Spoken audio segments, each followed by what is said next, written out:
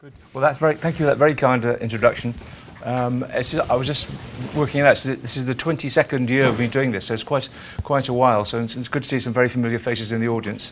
And we've been alternating between Lecture Theatre 1 and here, but it's nice to come back in here. It's much more homely, I think. And please feel free to think of questions, and there'll be a chance after I've finished, hopefully a reasonable time, to just go through anything burning, and there'll be time at the end as well to talk if you'd like to.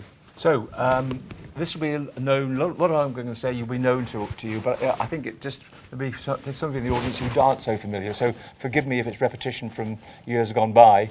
And I'll try and also to update you a little bit on what's going on scientifically, and then Kate's also going to update you all on the latest scientific research there's been in the last year or so, as well as talking about clinical trials. So I'm going to keep it sort of fairly basic about diagnosis and management of PSC, and so this is really a chronic and progressive disease of the biliary tree, which you know. It's characterized by sort of a round concentric scar tissue, which leads to bile duct stricturing, which is narrowing of the bile ducts, and eventually, not in everybody, I stress that, but probably in the majority, that leads on to end-stage liver disease. And it was famously described as the last black box in hepatology, meaning that the common viruses, hepatitis B and C, there have been amazing advances, and now we can cure hepatitis C with a tablet for 3 months, and most people are cured, 99% of people are cured with that. And we're left, I think, with PSC. And this has also resulted in a lot of interest, as you'll be glad to hear, from industry, so which wasn't there 40 years ago when I started studying it, but now that it is. So there's a big interest from industry. So drug companies are very interested in trying to find a cure for this condition, which I think is a great step forward, really. So I said 1976 when I started, which was true. At that time, there were believe it or not, less than 150 cases described. We've now moved on to the recent study, which Kate's going to tell you about later on the International PSC database. We've got over 7,000 people on it. And that's enabled us really to do lots of things. It's enabled us to find out lots more about the disease, both in terms of how the disease progresses, who does well, who does not quite so well. And it's been a major advance. And what's also changed over the years, this is now a very old study, back in '85 from the Mayo Clinic, and that stage only 15% of the patients were asymptomatic. 10 years later, a study showed that half the patients are asymptomatic. I would guess, Kate, in Oxford, over 60% of our patients are asymptomatic, which means that they're picked up usually by a registrar in the inflammatory bowel disease clinic, I'm not sure how it happened to, who notices that the liver function tests are abnormal. And the person under that who feel perfectly well, and all of a sudden you're labelled as having this possible condition of primary sclerosing cholangitis, which obviously can come as a big shock. How is this diagnosis established? Well, as I mentioned, the biochemistry, the blood tests, liver blood tests show there's what's called cholestasis, and that means that a particular couple of enzymes, I think some of you will be familiar with these enzymes, the gamma GT and what's called the alkaline phosphatase, which comes from the bile duct, is raised on the blood test, and that gives the registrar or the consultant, usually in the IBD clinic, as I say, to proceed further. There is an antibody which is found in the blood, but it's not specific. You find it in other conditions as well, particularly in ulcerative colitis patients, some of them. We tend to exclude IgG4 disease, which is a completely separate disease, but it can give a very similar picture. So we do that often by measuring a serum IgG4, and we do the cholangiogram, which is actually crucial and essential to making the diagnosis. And I'll show you examples of that in a minute. Now, days gone by, you would have probably been offered a liver biopsy, but you'd be glad to know that really liver biopsy is rarely diagnostic, and it's really very rare that we do liver biopsies in the diagnosis of PSC. There are a couple of exceptions to that. I'll come back to small duct PSC. Sometimes, I'm not going to talk about, there's an overlap with a condition called autoimmune hepatitis. In that situation, you need to have liver biopsy. And also, some patients, not all patients, who have suspected IgG4 disease or PSC may have a liver biopsy. But by and large, well over 90% of patients will not require a liver biopsy for diagnosis, which is a great step forward, really. So this is very basic stuff, but I thought just put it on for you just to remind you that the liver is the largest organ in the body, sitting under the ribs on the right. And within the liver, it does lots and lots of important functions, including detoxifying the bloodstream and controlling blood sugar, amongst other things. It produces bile, which is a secretion from the liver cells into the bile ducts, so-called here. And these are tubes which pass down. They get bigger and bigger, from the little bile ducts to big bile ducts, go down, and they comes out into the bowel in the duodenum, and it comes out the bowel at the same place as the pancreatic duct. And the gallbladder, which I'm sure you all heard about, comes off the bile duct, and its function is to thicken the bile overnight, and then squirt the bile out when you have a meal, and that helps you to various things, including absorb fats properly. So that's the basic bile duct system that we all have.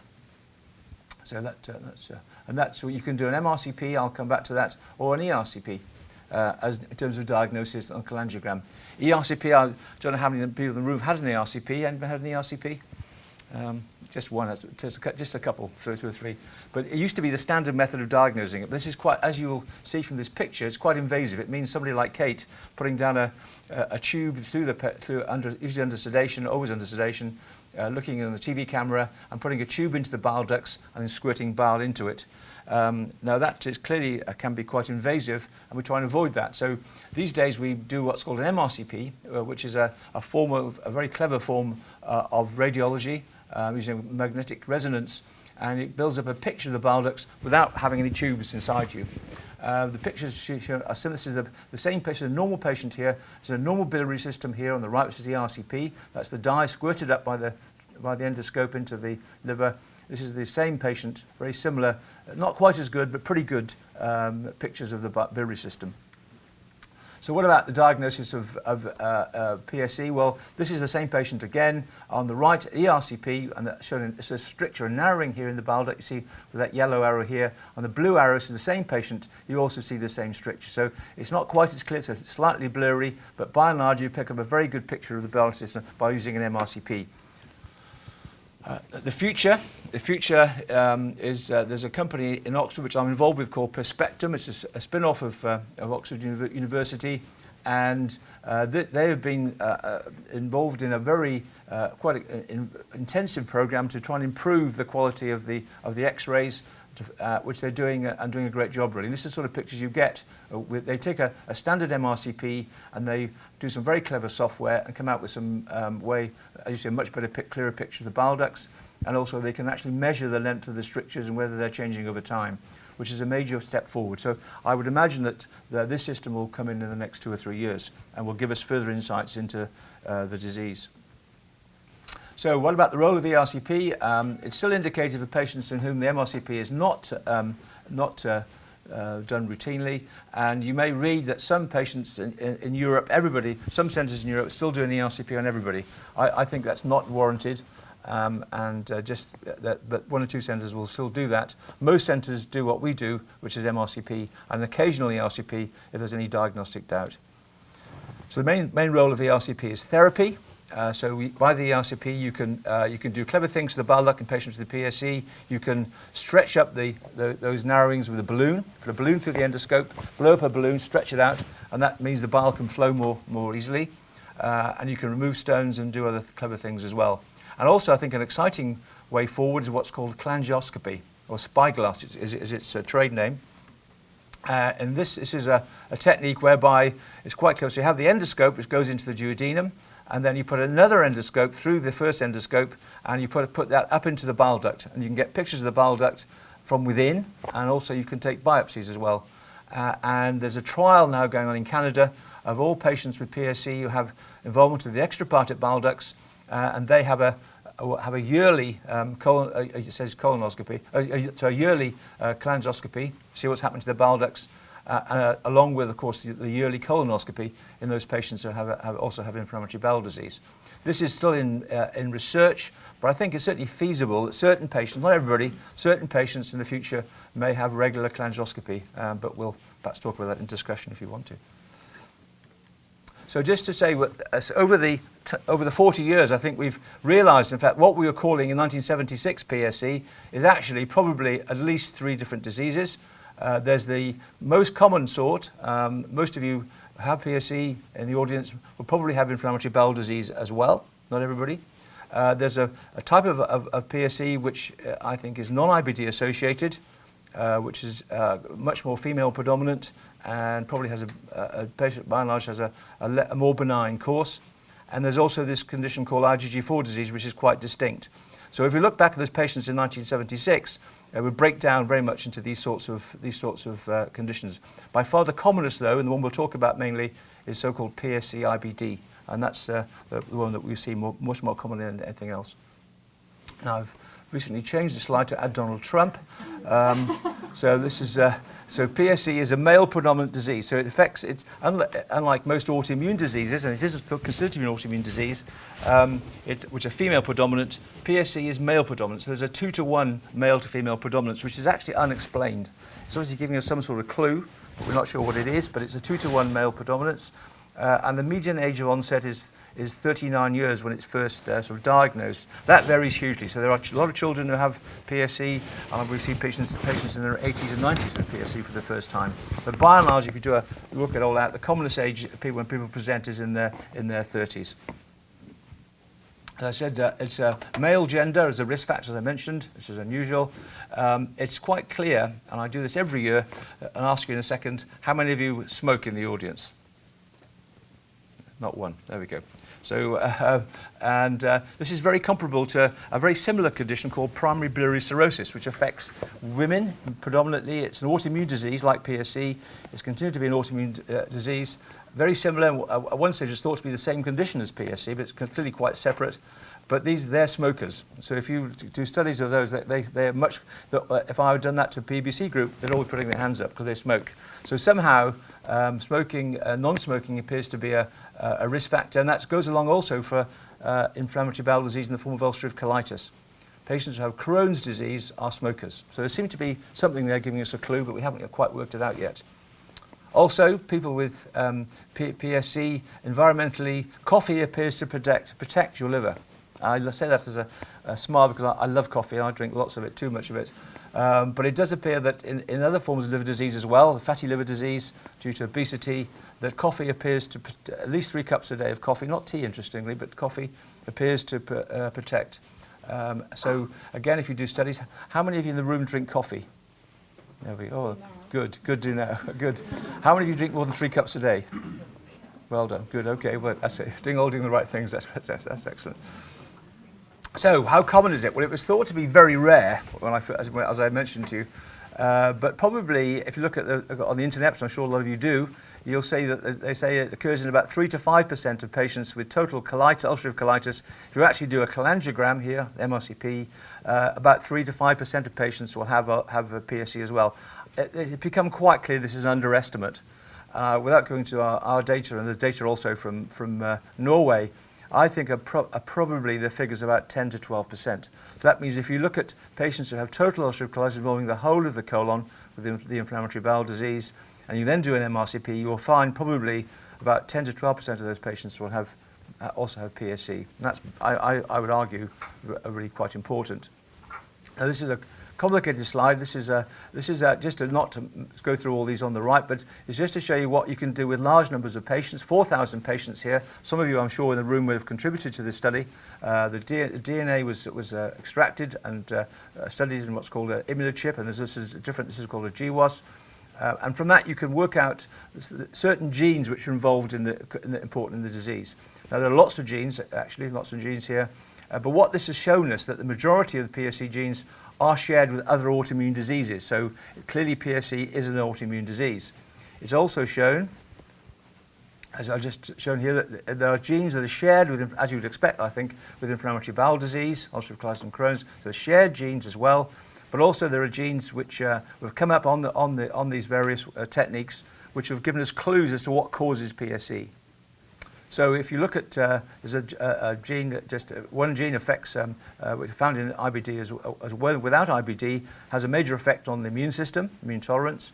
There's a gene which regulates the immune response of the body to bacteria occurring in the colon. And there's an important gene, I think increasingly important gene called FUT2, which affects the constitution of the biome. What that means is it causes different bacterial composition of the bowel. By having various types of this gene.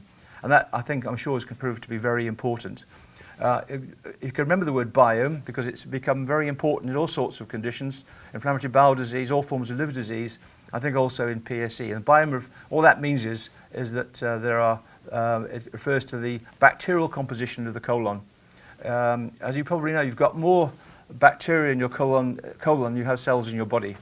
So it's a hugely neglected area of research, has been, but now has been looked at very, very intensively. And I'm sure, as I'll show you in a second, will have major messages in PSC. From all of that, the genes, I don't really just say that PSC is not a single gene. It's not one gene causing it. It's many genes in combination with other factors as well in the environment, like non-smoking or whatever. It quite clearly has a different genetic profile to inflammatory bowel disease, although there's some similarities. And as I said, it has no similarities at all to PBC.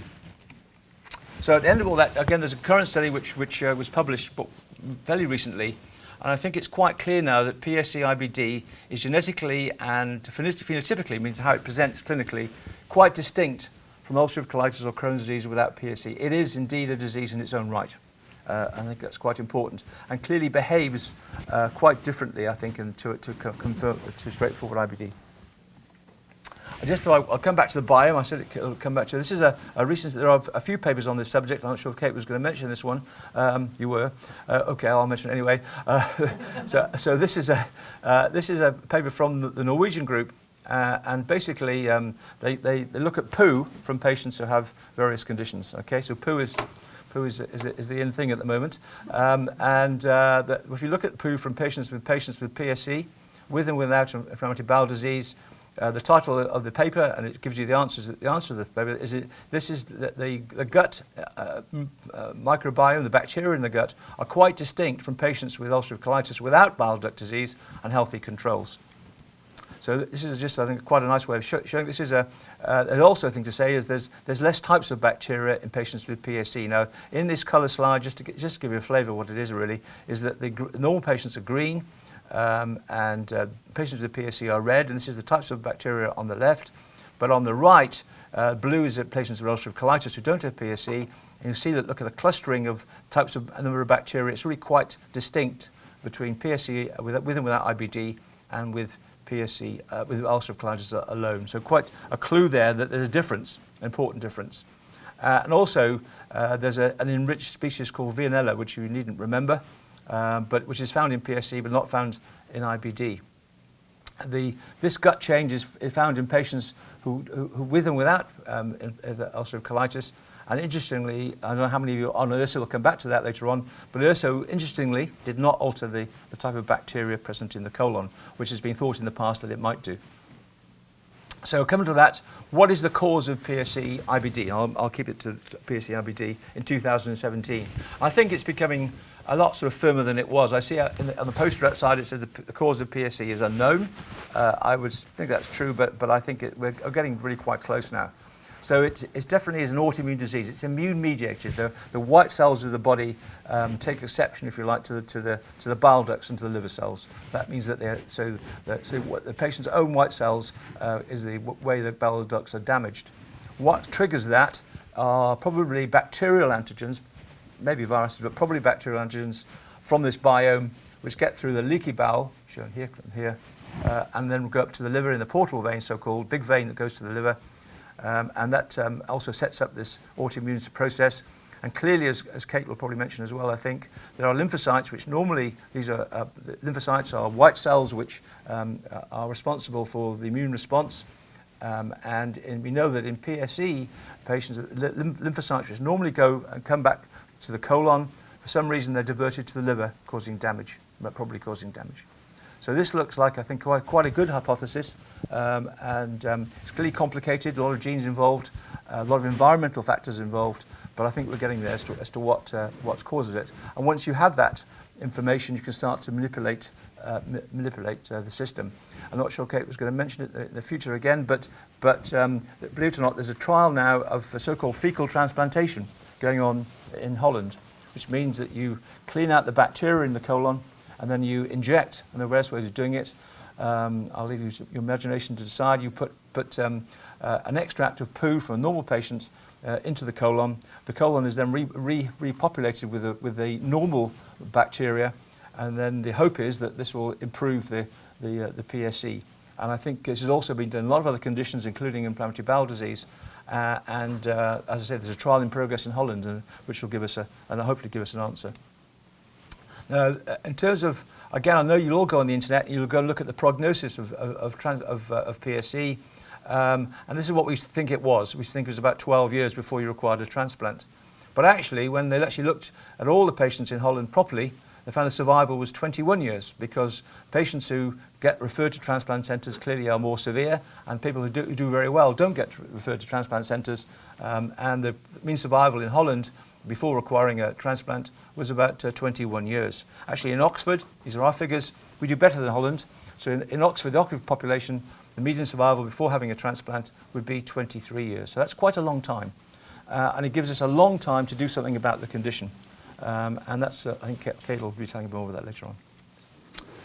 So I'll leave that. So just to say, no, I won't leave it actually, just to say that because of all the large number of patients we have now, we can start to break down people with PSC in terms of groups who do well and who do not so well. So obviously, these are how you can break down the groups into male or female, obviously, involving just the liver, bile ducts, or also the bile ducts outside the liver, other features as well, the sort of inflammatory bowel disease. And by doing that, you can start to look at the natural history. What happens to the disease over time in these different groups? So we know, for example, from the British study that if you just have the narrowings in the intrahepatic bile ducts, you have quite a different form of disease in some ways to the extrahepatic bile ducts. You get in the extrahepatic bile ducts, you've got what's called a dominant stricture, a very tight narrowing, which can obstruct the bile and causes jaundice. And also cholangitis and sometimes malignancy as well. So there's quite a different picture, a pattern of the history, depending on where your bile ducts have the disease, which is new. Just to mention, this is a condition called small duct PSC, in which the cholangiogram is normal. The patient has abnormal liver function tests, normally in inflammatory bowel disease, and then that is an indication for liver biopsy, and liver biopsy is abnormal, showing scarring here of the bile duct. And why it's important is if you have that sort of PSC, by and large, the prognosis is excellent. Rarely progresses to large duct PSC, doesn't cause bile duct malignancy, probably doesn't cause colonic malignancy. We're still studying that. And ERCP is not required because the patients don't require it. And if you look at survival over time to transplantation, you'll see that patients with small duct disease do extremely well over a long time frame. So small duct PSC, which is commoner in Crohn's disease, commoner in females, has a good prognosis. So when you go and see the doctor in the clinic and he tells you you've got PSC, often with IBD as well, you probably want him to tell you what's going to happen to me. And I'm afraid often he can't really tell you because it's of all liver diseases, it's very unpredictable. And prognostic models in the past have been unhelpful. And it's a number of confounding factors, including type of strictures and stones and dominant strictures. So there's a big need for what's called surrogate markers, which means a blood test, which will say how things are going to go, or an X-ray, which says how things are going to go. So there's been a lot of research in that area. And really, somewhat surprisingly, this is our data actually from here, it's been shown that if the alkaline phosphatase blood test, which I mentioned earlier, if that normalizes either on ERCP or not on ERCP, just normalizes within 1 year, there's a relatively completely normal prognosis over time. If it doesn't normalize, then over time, then the prognosis is not so good. So you can immediately begin to characterize people who require treatment and those who don't in trials. Martine. Can you just remind people what the normalized range is for alk-phos? It depends where you are. It's normally up to about 100. It can be up to about 130, or it can be up to 250, 260, depending on but each hospital does it in a different way. But usually most hospitals now I think is up to about 130, 130, 140. That means the upper limit. So whatever the range they're using, it should get less than 1.5 times that upper limit at the end of 1 year. And this is similarly found in patients who have PBC, where when they're treated, 60% of them will respond. So it's not the response rate is lower in PSC, but if you do normalize your alkaline phosphatase, you're going to do well. I'll leave that for the time being. Okay. So at the end of all that, you become to what's called risk stratify. So the doctor can start to tell you in the clinic, if you want to know, not everyone wants to know, but if you want to know whether you're in a good group or a bad group in terms of a progression of the disease. Good, as I mentioned, small duct involving the intrahepatic ducts, females without IBD. If they have IBD, then Crohn's disease patients do better than ulcerative colitis patients. A blood test, IgG4 is normal, is a good prognosis, and a normal alkaline phosphatase, or almost normal at 1 year. All that's good. Less good is large duct involvement of the extrahepatic biliary system, males with UC-IBD. And these probably are the group that we should be offering trial treatment to. So what are the unmet needs? Martine, I'm sure, will know this better than me, but so these are the unmet needs which have been there all the time. To cure the disease, to prevent disease progression, I'm going too far here, to predict and prevent biliary cancer and predict colonic cancer. So those are the needs. Just to briefly say that, just to make sure you're getting this in your local surgery, our local gastro outpatients. Everybody with PSC with known IBD, ulcerative colitis or Crohn's disease should have a yearly colonoscopy. 5 yearly colonoscopy patients without IBD, a yearly ultrasound, and probably a yearly blood test. You may read that in America they do yearly MRCP. So everyone has an MRCP in America every year. That really is unproven, and I don't think it's hasn't really been shown to pick up anything of importance. So really, I don't think it's justifiable to do yearly MRCP, and it's not done, I think, in this country. So I'll just leave with this. Actually, so it was thought that because of a control trial in America showing that very high dose was harmful, that people shouldn't be given URSO. But the spectrum has changed, and this is actually the latest American guidelines, which we would tend to follow in Oxford, I think, as well. So I think every patient who has proven large duct PSC should have a trial of URSO in this dose, which is what's called a moderate dose, and monitor. And now we would say probably 12 months. So you then continue the treatment for 12 months, and you look, as I mentioned, for normalization of the alkaline phosphatase. And if you know that the patient's then going to do very well on URSO. If they're partial reduction, then you should probably continue the URSO, but consider other treatment as well. If there's no response at all, then you should stop the URSO and think about other therapies. In a nutshell. Okay. So I'll finish off. The indications for liver transplantation are persistent jaundice, the liver's failing with causing fluid in the abdomen, refractory itching, which is not all that common in PSC, I'm glad to say, or recurrent infection in the bile ducts. Timing of transplantation is really very difficult in PSC because the levels fluctuate so much, but it does offer a very good way of treatment. It would be required. And the survival normally after a liver transplant, or you can be transplanted again, I should say, is about 75 to 80% at 15 years. So it's a really very good survival. So the ultimate treatment for PSC still remains liver transplantation. As Kate will tell you, there are a lot of drugs on the horizon, and I've got no doubt at all that in years to come, tablets will get control of the condition. Thank you very much.